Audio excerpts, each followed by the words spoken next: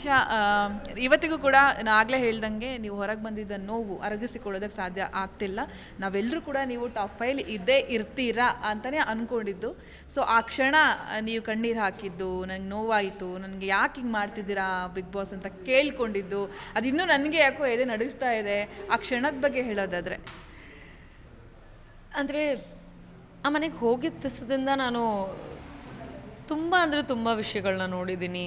ಅದು most of the ಅಲ್ಲಿ ನಡೆದಂಥ ಘಟನೆಗಳು ನನ್ನ ಫೇವರಲ್ಲಿ ಇರಲಿಲ್ಲ.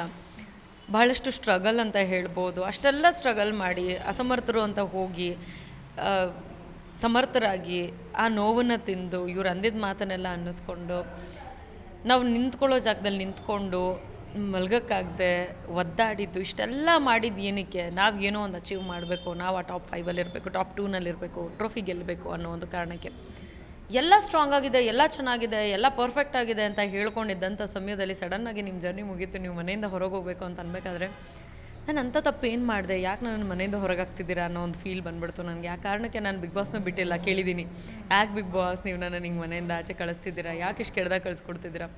ಅದು ಕೆಡ್ದಾಗೆ ಅಂತ ಏನಕ್ಕೆ ಅಂದೆ ಅಂತಂದರೆ ಮಿಡ್ ವೀಕ್ ಎಲಿಮಿನೇಷನ್ ಆಗ್ತಿರ್ಬೇಕಾದ್ರೆ ನಾನು ಸುದೀಪ್ ಸರ್ನ ಮಾತು ಆಡಿಸಲ್ಲ, ನಾನು ಸ್ಟೇಜ್ಗೂ ಹೋಗಲ್ಲ, ಹಂಗೆ ಮನೆಗೆ ಹೋಗ್ಬಿಡ್ತೀನಿ. ಇದಕ್ಕೆ ಬಂದ ನಾನು ಅಸಮರ್ಥರಾಗಿ ಬಂದು ನಾನು ಏನಾದರೂ ಒಂದು ಅಚೀವ್ ಮಾಡ್ಕೊಂಡು ತಾನೇ ಹೋಗಬೇಕು, ಈ ರೀತಿ ನನ್ನನ್ನು ಸ್ಟೇಜ್ಗೂ ಕಳಿಸ್ಕೊಡೋ ಅಂಥ ತಪ್ಪು ನನ್ನ ಕಡೆಯಿಂದ ಏನಾಗಿತ್ತು? ಬಿಕಾಸ್ ನನ್ನ ಕಡೆಯಿಂದ ಎಲ್ಲ ಪರ್ಫೆಕ್ಟಾಗಿ ಆಗಿದೆ ಅನ್ನೋ ಒಂದು ಫೀಲಲ್ಲಿ ನಾನಿದ್ದೆ.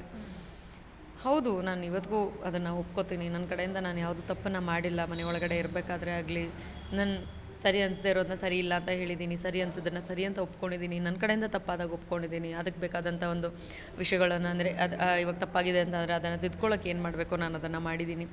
ಇಷ್ಟೆಲ್ಲ ಇರಬೇಕಾದ್ರೆ ಅದು ಅಲ್ಲದೆ ನನಗಿಂತ ಇನ್ನೂ ಯಾರೋ ವೀಕ್ ಅನ್ನೋಂಥವ್ರು ಅಲ್ಲೇ ಇದ್ದಾರೆ ಅನ್ನೋ ಒಂದು ಫೀಲ್ ಕೂಡ ನನಗಿತ್ತು. ನಮ್ಮದೊಂದು ಕ್ಯಾಲ್ಕುಲೇಷನ್ ಇರುತ್ತಲ್ಲ ಇತ್ತು, ಅವರೆಲ್ಲ ಇರಬೇಕಾದ್ರೆ ನೀವು ನನ್ನನ್ನು ಕಳಿಸ್ತಿದ್ದೀರಾ, ಅಂಥದ್ದೇನು ಮಾಡಿದೆ ನಾನು ಅನ್ನೋದೊಂದು ನೋವಲ್ಲಿ ನಾನು ಹೇಳ್ಕೊಂಬಂದಿದ್ದು.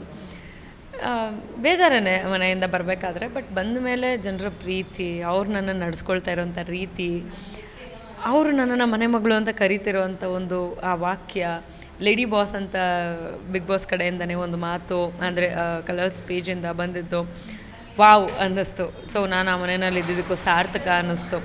ನನ್ನನ್ನು ಎಲ್ಲ ಜನನೂ ಬೆಂಕಿ ಅಂತ ರೆಕಗ್ನೈಸ್ ಮಾಡ್ತಿರೋದು ಖುಷಿ ಆಯಿತು. ಹೊರಗೆ ಬಂದು ನೋಡ್ತಿದ್ದಂಗೆ ಬೆಂಕಿ ಅಂತ ಸಾಂಗ್ ನೋಡಿ ಇನ್ನೂ ಫುಲ್ ಖುಷಿ ಆಗೋಯ್ತು ನನಗೆ. ಅಂದರೆ ನಾನು ಎಲಿಮಿನೇಟ್ ಆಗಿದ್ದೀನಿ ಅನ್ನೋದೇ ನನಗೆ ಇದಾಗಲಿಲ್ಲ, ಬೇಜಾರಾಗಲಿಲ್ಲ ನನಗೆ. Wow, this is what I wanted. ನಾನು ಟ್ರೋಫಿ ಗೆದ್ದಿದ್ರು ನಂಗೆ ಎಷ್ಟು ಖುಷಿ ಆಗ್ತಿರ್ಲಿಲ್ವನೋ ಅಷ್ಟು ಖುಷಿಯಾಗಿದ್ದೇನೆ ನಾನು ಮಿಡ್ ವೀಕ್ ಎಲಿಮಿನೇಟ್ ಆಗಿ.